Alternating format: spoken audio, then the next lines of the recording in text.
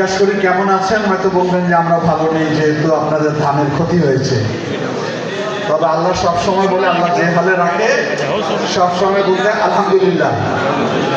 কেন যে আজকে এইরকম একটি উপজেলায় 3 জন মন্ত্রী, 1 জন মুখ্য সচিব, 3 জন সংসদ সদস্য উপস্থিত, তাহলে আপনাদের সমস্যাটা কত গুরুত্বের সঙ্গে আমাদের মাননীয় প্রধানমন্ত্রী বুঝেছেন। আমার মনে হয় এই উপজেলা সৃষ্টির পর থেকে এত বড় টিম আপনাদের মাঝে আসে নাই। এসেছে কি? আসে নাই। কেন আমরা আসি সেটি বলি। আমরা জনগণের ভোটে নির্বাচিত, ম্যান্ডেট প্রাপ্ত। সুতরাং জনগণের সকল দুঃখ, কষ্ট, বেদনার সঙ্গে মাননীয় তারেক রহমান যেমন আছেন, তার যারা আমরা কাজ করি, আমরা সবাই আপনাদের পাশে আছি। উনি আমাদেরকে বলেছেন যে আপনারা ছুটে যান সেই কৃষকের কাছে, গিয়ে আমার পক্ষে বলেন যে এই সরকার কৃষকের এই কষ্টের দিনে তার পাশে আছে, ভবিষ্যতে থাকবে। ওনার এই মেসেজটা নিয়ে আমরা এসেছি।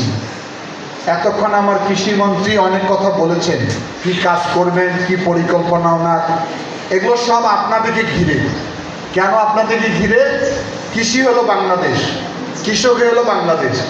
আর সেই কৃষক আর কৃষি যদি নষ্ট হয়ে যায়, ধ্বংস হয়ে যায়, তাহলে বাংলাদেশ কোথায় দাঁড়াবে? উনি অনেক সুন্দর সুন্দর পরিকল্পনার কথা বলেছেন। আপনারা দোয়া করেন যাতে পর্যায়ক্রমে এই পরিকল্পনাগুলো বাস্তবায়ন করা যায়। এখানে গুরুতর যে সমস্যাটা, সেটি হচ্ছে অতিবৃষ্টিতে পাহাড়ি ঢলে কোনো কোনো বছর আপনাদের ধান ডুবে যায়। আমি একসঙ্গে গাড়িতে এসেছি, ওনাকে আমি বলেছি যে এমন একটি ধানের জাত আপনারা আবিষ্কার করেন যে ধানটি অল্প সময়ের মধ্যে রোপণের পর কৃষকরা তার ঘরে তুলতে পারে। এটি এমন বিশাল কিছু না। আরেকটি কথা ওনাকে আমি বলেছি, যদি আকস্মিক বৃষ্টি হয়, জলাবদ্ধতা হয়, এখন যেগুলো আমরা যান্ত্রিকভাবে ধান কাটি হারভেস্টার দ্বারা, এমন একটি আধুনিক আছে যেটা পানির নিচেও কাটতে পারে। পৃথিবীতে যেটা সম্ভব, সমুদ্রের নিচ থেকে যদি তুলতে পারে, তো হাওড়ে আর পানি কতটুকু। তারপর বললাম তোলার পরে এটা শুকনার ব্যবস্থা করতে হবে, শুকানোর জন্য। এই যে আসার সময় দেখছি রাস্তার মধ্যে কত কষ্ট করে আমার কৃষক ভাইরা ধান শুকাচ্ছে।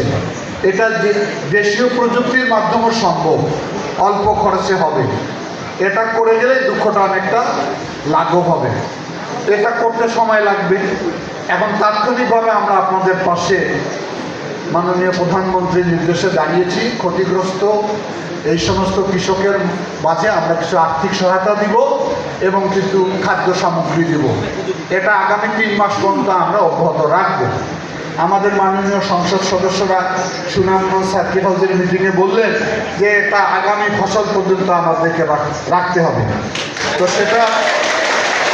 সেই বিষয়টা আগামী বাজেট আসুক, তারপরে আমরা কতটুকু পারবো কি পারবো না সেটা আপনাদের সঙ্গে আমরা হয়তো আলোচনা করে ঠিক করবো। এখানে পানি সম্পদ মন্ত্রণালয় কিছু কাজ করে থাকে, সুইচ গেট করে, খাল কাটে। এটাকে আমরা বলেছি যে আরও সাইন্টিফিকভাবে করতে হবে, যাতে জনগণের টাকা অপচয় না হয়, তাই না? অনেক সময় পানি জমে যায়, সেটা পানি যদি আমরা পাম্প করে বাইরে ফেলতে পারি, তাহলে তো ফসল জেগে যায়। সুইচ গেটটা যাতে সঠিক জায়গায় সঠিকভাবে নির্মাণ করা হয়, এটা খুবই জরুরি। তাহলে অনেক ক্ষতি কমে আসবে। ঠিক আছে? এখন আমরা আজকে একটা টোকেন উদ্বোধন করে গেলাম। এটা আরও যাচাই বাছাই করবে আমাদের এই কর্মকর্তারা। তালিকাটা প্রস্তুত যাতে নির্ভুল হয়, সঠিক হয়। এই তালিকার জন্য যাতে কোনো গড়িমসি না করা হয়, আমরা একটা নির্দেশনা দিয়ে গেলাম। আপনাদের হাতে নিশ্চয়ই উপজেলা পরিষদ থেকে একটা কার্ড দিয়েছে কি? এটা 3 মাস সংরক্ষণ করে রাখবেন। এটা তালিকা চূড়ান্ত হবে, সেই অনুযায়ী আমরা 3 মাস পর্যায়ক্রমে এটা আপনাদেরকে দিতে থাকবে। আমার মাননীয় কৃষিমন্ত্রী একটা কথা বলেছে, বজ্রপাত কি বলেন, ঠাটা বলেন, এই হাওড় অঞ্চলে ব্যাপক হয়। এবছরে অনেক প্রাণহানি ঘটেছে। গত কয়েক বছর ধরে এটা ব্যাপক আকার ধারণ করেছে।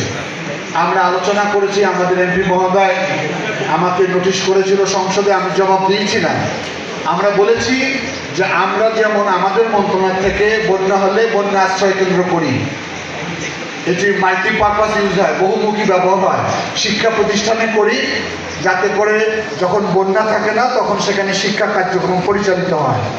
আর যেগুলো আমাদের উপকূল অঞ্চল, কোস্টাল এরিয়া বলা হয়, সেখানে যখন ঘূর্ণিঝড় হয় সেখানে আমরা ঘূর্ণিঝড় আশ্রয় কেন্দ্র করি, অনেক বড় বড় বিল্ডিং করি আমরা, যাতে ওই সময় মানুষ সিগন্যাল পেলে ওখানে আশ্রয় গ্রহণ করতে পারে, গবাদি পশু নিয়ে আসতে পারে। আমরা এখন এই হাওরের মধ্যে ওই ধরনের ছোট আকারের আমরা শেল্টার বানিয়ে দিব। সেখানে ওই থাকা পড়ার সঙ্গে ওখানে আমরা এমন কিছু আধুনিক যন্ত্র রাখবো, পড়ার সঙ্গে সঙ্গে সেটা টেনে নেবে, যাতে আশ্রয়কারীদের কারো ক্ষতি না হয়। আমরা ওই সময় সাইরেন বাজাবো, কৃষকরা যদি মাঠে কাজ করেন সাইরেন শোনার সঙ্গে সঙ্গে ঘরে গিয়ে আশ্রয় দিবেন। আমাদের মানুষের একটু অবহেলা আছে, অবহেলা আছে কি, সাইরেন বাজাচ্ছে ও আকাশের দিকে তাকাচ্ছে, ওটা এমনি বাঁচতে, ওটা কোনো ক্ষতি হবে না। এই যে একটু অবহেলা করলেন, একটা প্রাণহানি হয়ে গেল। জীবন তো আগে, ধান তো থাকবেই মাঠে, পরেও থাকতে পারবেন। এই ব্যাপারে সবাই সচেতন থাকবেন যে বাঁচতেছে, এখন আমাকে যেতে হবে, না বাঁচলেও যাবেন। আকাশ দেখলে তো আপনারা কৃষকরা বোঝেনি যে একটু পরে আকাশের শব্দ শুরু হয়ে যাবে, এই একটা কাজ। আর এটা আমরা চাবো বর্ষাকালে যারা মাছ ধরে তারাও যেন ওখানে আশ্রয় নিতে পারে, এই জন্য আমরা উঁচু করে দিব। আজকে আমরা যারা এখানে এসেছি, এখানে ত্রাণমন্ত্রী আছে, মাননীয় ত্রাণমন্ত্রী আছে, আমি কৃষির আছি, কৃষি মৎস্য প্রাণী সম্পদের আছে, অর্থ উপদেষ্টা থেকে শুরু করে সবাই এখানে এসছে। এখানে আসার প্রধান কারণ আজকে যে সমস্যা আপনারা ভুগছেন, অতীতে হয়তো এইভাবে সমস্যার মুখোমুখি হয়েছে। আমাদের মূল পরিকল্পনা আগামী দিনগুলিতে এই ধরনের সমস্যা থেকে যেন আল্লাহ রক্ষা করে, ওইভাবে কি করা যেতে পারে ওইটা নিয়ে আমাদের পরিকল্পনার জন্য এখানে আসা সবাই। এর মধ্যে আপনারা জানেন সরকার ঘোষণা দিয়েছে ত্রাণের, ওই অনুযায়ী আপনাদের স্থানীয় সরকারি কর্মকর্তা, স্থানীয় আপনাদের নেতৃবৃন্দ যারা আছেন, এমপি মহোদয় আছেন, সবাই সহযোগিতায় সঠিক ক্ষতিগ্রস্ত ব্যক্তিকে খুঁজে বের করা। আমরা চাই যারা সঠিক ক্ষতিগ্রস্ত সে উপকৃত হোক, কোনো সুবিধাভোগী না। মাননীয় প্রধানমন্ত্রী তার সকল বক্তব্যে একটি কথা বলেন। তিনি বলেছিলেন আই হ্যাভ এ প্ল্যান, এবং তারপরে তিনি বলেছেন যে তিনি মানবিক, গণতান্ত্রিক, কল্যাণকর রাষ্ট্র গঠন করতে চান। এবং আপনারা লক্ষ্য করেছেন যে মন্ত্রিসভার প্রথম সভায় আপনারা যারা উপস্থিত, অর্থাৎ কৃষকবৃন্দ, তাদের 10,000 টাকা পর্যন্ত কৃষি ঋণ মাফ করেছেন। বাংলাদেশের ইতিহাসে এই ঘটনা অতীতে একবারই ঘটেছিল, সেটি ছিল মরহুমা বেগম খালেদা জিয়া, যখন তাকে আপনারা রাষ্ট্র পরিচালনার দায়ভার দিয়েছিলেন, তখন তিনি কৃষকদের 5,000 টাকা সুদসহ মওকুফ করেছিলেন।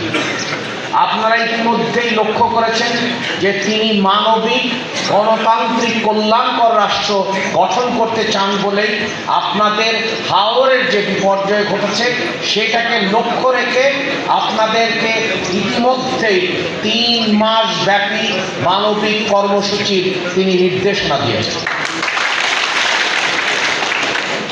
সবগুলি জায়গায় আমরা অবস্থান নিয়ে বা ভালো করে জানা, কোথায় খারাপ লোক, কোথায় ভালো লোক, এটা জানতেও তো একটু সময় লাগছে। আমি বিশ্বাস করি মাঠে যদি স্পিড নাও থাকে, 100% মাননীয় প্রধানমন্ত্রীর স্পিড আমাদের স্পিডের সাথে মাঠের স্পিড সমান গতিতে যাচ্ছে, 100% গ্যারান্টি আমি দিতে পারবো না।